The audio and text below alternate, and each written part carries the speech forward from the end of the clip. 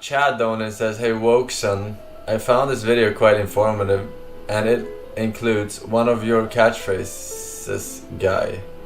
Hopefully it will help with your Somali neighbors and your increasing Ugandan fan base." What the fuck is this? Oh, it's from today. It only has 1,400 views, but it's with Matthew McConaughey.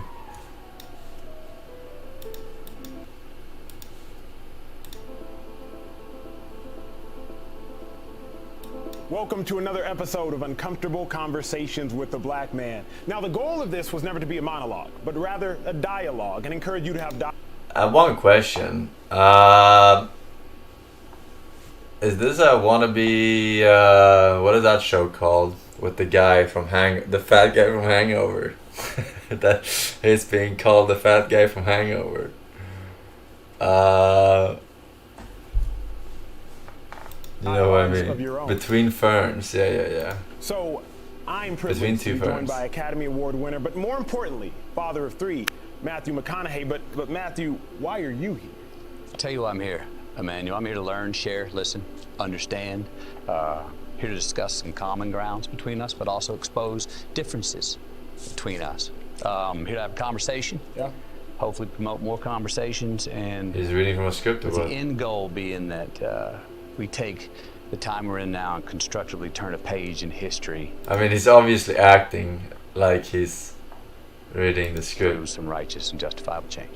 That is always my goal. Before we get to our own dialogue, I have to address something for y'all, because so many have asked, do I say black people or African American? And the simple and shortest answer is black, because it's not only most accurate, it's also least offensive. Keep in mind, not all black people in America are African. There are Jamaicans, there are Cubans, but also there's some black people that don't identify as African because that heritage got stripped from them during slavery. So just a quick short answer. I know so many of y'all asked that question, but Matthew, let's talk. Well, this is another reason why I'm here. Like your last episode of Uncomfortable Conversations with the Black Man. I watched that, and it gave me new context. It gave me some new insight. It made me think of the why. Okay, this is so awkward because he's reading from the script, right? But he's doing it on purpose. Not the how, which I think is a lot of what you're unpacking, and hopefully we can unpack today with the why. Individually. And I was telling you, I'm big on values, and I feel them deteriorating across the board. How, someone like me, how can I do better as a human? How can I do better as a man? How can I do better as a white man? That's powerful. That's how you put me on the spot. I'm gonna be honest with you, because that's what we're here for, to have uncomfortable conversations. You have to acknowledge that there's a problem. Yes. So that you can take more ownership for the problem. The first step to acknowledging it is sitting in this chair right here across from a black man and being like, okay, I may not be talking about you, Emmanuel Acho, but I may be talking about people who look like you. Individually, you have to acknowledge implicit bias. You have to acknowledge that you'll see a black man and for whatever reason, you will view them more of a threat than you will a white man. Probably because society told you to. You have to acknowledge that if there are two people with equal resumes, studies show that the person with the white-sounding name is twice as likely to get a call back as a person with a black-sounding name. You're a very successful man who probably has several people under you. Are you a part of that statistical problem? Are you looking at a resume saying, man, nah, they sound a little too hood for me? You know, so I think individually, we must each fix the problem, because I believe that individuals, they affect the houses, and the houses, they affect the cities, and the cities affect the states, and the states affect the nation, and the nation affects the continents. Yes. Exactly. So individually, you have to acknowledge, maybe I do have a bias, and fix it. Yep. Is Black Lives Matter a banner for now? Yes. But is it a banner that is a bridge, do you think, to take us to, when we see Black Lives Matter and we understand that and it's all agreed on, then we can wave the flag of all lives matter, but not until? I think it's not until. For example, right now we are facing the world's greatest pandemic since the Spanish flu. We all know that. Coronavirus, COVID-19. Right now we're focused on finding a remedy for that illness. We're focused on finding a remedy for that strain of the flu. That's not to say that cancer doesn't matter. It's not to say that HIV doesn't matter. It's not to say that ALS doesn't matter. All those things still matter, but right now, the coronavirus is killing people. And so in the same token, Matthew, that's what I propose, is that once we get these black lives that are being ended unjustly handled by the grace of God, if we can get those handled through conversations like these, and I hope that y'all at home are having, then we can be at a point to focus on everything else. But remember, you walked in here with the mask. You walked in here with Clorox. Why?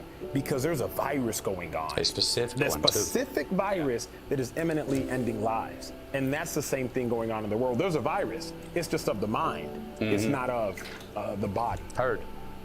Equality. The definition of equality. What equality is and what is equality not.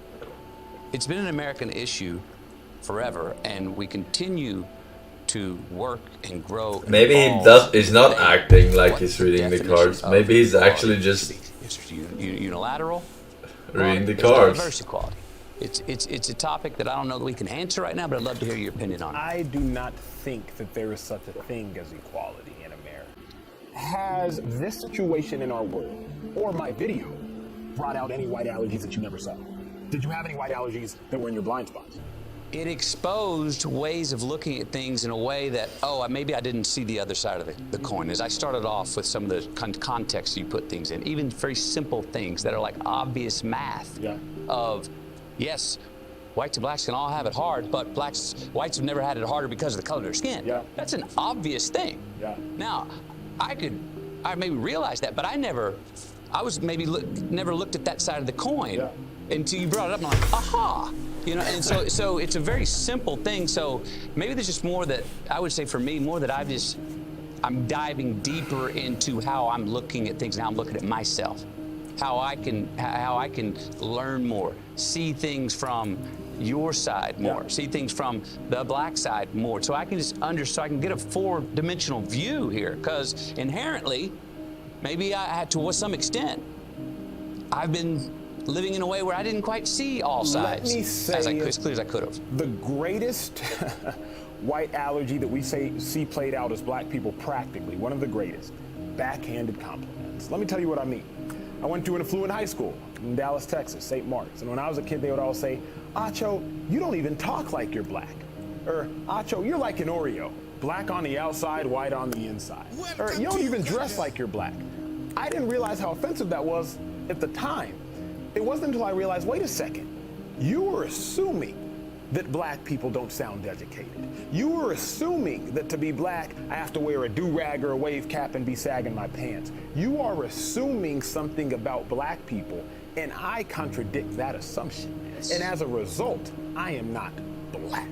And so I think white allergies play themselves out practically in backhanded compliments. Get this one. You're so pretty for a black girl. So that's to imply that being black, I shouldn't be pretty. It's the for the black girl. Yes. For a black man part that becomes the allergy you don't see. Wait, you just gave me the backhanded indirect compliment. It was good with you're so pretty or you sound so smart. But then you say, for this. I mean, and I think that the reason, McConaughey, that it's a white allergy is because white people don't recognize it. Right. My high school kids, they meant nothing by it. But now all of a sudden it's like, no, that's not a compliment at all. Heard. Some people have white flu. All right? Like, listen to this quote.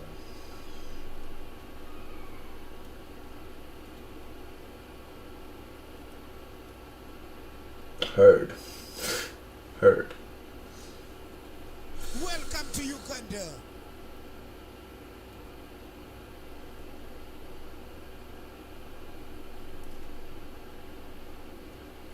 I mean, I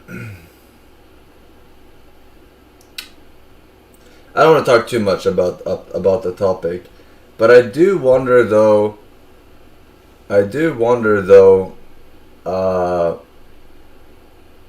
Let's say he would have like a resume, right? Two resumes himself, and for a housekeeper. One has white name or black or whatever, and one has a Muslim name, right? How would he think in that situation? Because there are more races than black people in America, right? Like a lot of oppressed races. But it's being all made about black people instead of just like all the oppressed races. Even Asian people are getting really fucked right now in especially America because of Corona. Like they're getting like beat up and shit, like real bad, because of ignorance, American ignorance, right? So they're making it all about Black Lives Matter, which makes sense because of the situation that just happened. But there are a lot of racism against Muslims and Asians in America too. So I wonder how if they even think about that when they're doing these protests, or if that's in their blind spot. You know what I mean? Because they're talking. He talks about the blind spots. I think that these things are in their blind spots and they're tunnel visioning on things that helps themselves as well, right? I guess it's he talked about it at the start of the video. Did he? I didn't.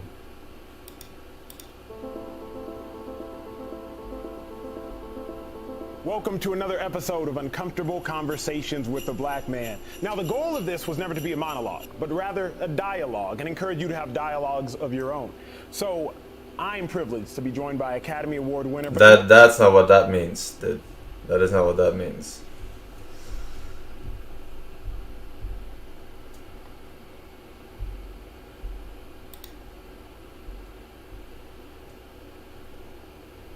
Oh, the part about the coronavirus, that you're focusing on the coronavirus.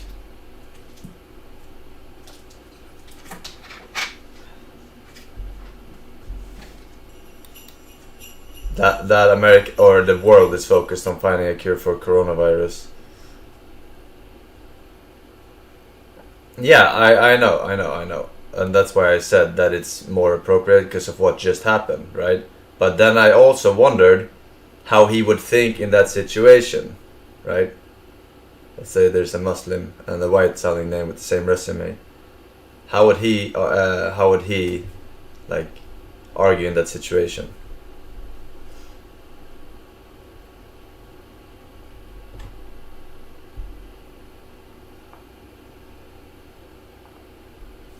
Do you think all lives matter is a good argument for BLM? I think that it's not an argument for or against BLM. I'm not sure what you mean.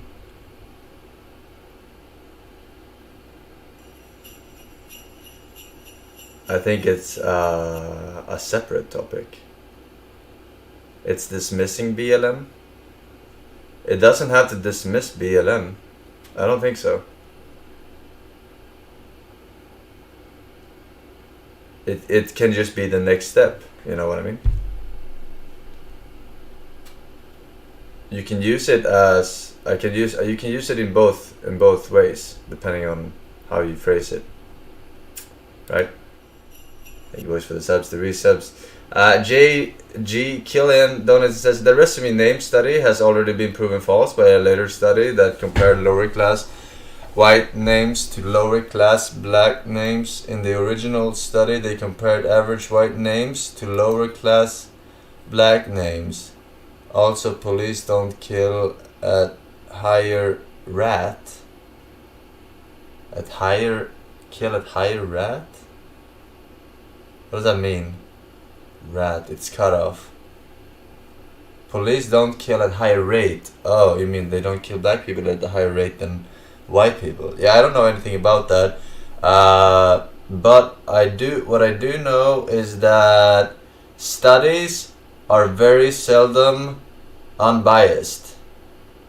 Because no one wants to spend time and resources on a study and have it turn up as as expected. They want something controversial, something like, wow, no one expected this result, you know. So they seem they like, if the first time around, if their hypotheses weren't correct, they seem to alter the factors to make it more correct. So you should be careful what studies you read and believe in, rather.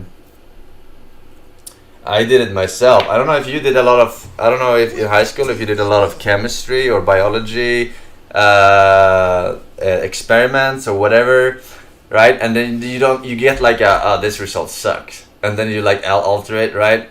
Like, imagine having it as a real job and wasting your time and issue, and then it happens instead of it just being like a high school thing. Of course you're gonna mold, right? It's a lot of people do that shit. How is this relevant? I said it's relevant to studies. You shouldn't believe in studies a lot of the times. It's hard to believe in studies, but it's also hard to prove without doing it yourself, right? Prove the opposite without doing it yourself, and then you're wasting your own time and resources. Rummy Plays donates and says, this is true. When I meet new people here in Austria and tell them I'm a Muslim afterwards, most of them say, you're not like other Muslims. The fuck you mean? I'm actually really religious too. It's just what you imagine Muslims to be that is the problem. I mean, if you were to eat pork, I guess it would be acceptable to say you're not like other Muslims, right? And it depends on what they said it for. So yeah, I mean, yeah.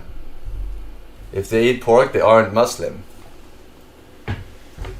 I bet there are some people claiming to be Muslim that enjoys pork fillets or something. I don't know. I just said it as an obvious example, right? I just said it as an obvious, like, that's not very Muslim, right? I try to think of the most obvious thing. But yeah. That's not very XQCL of you. Alright, I'm done with it. I am done. Ich bin I don't know. Fertig. Fertig.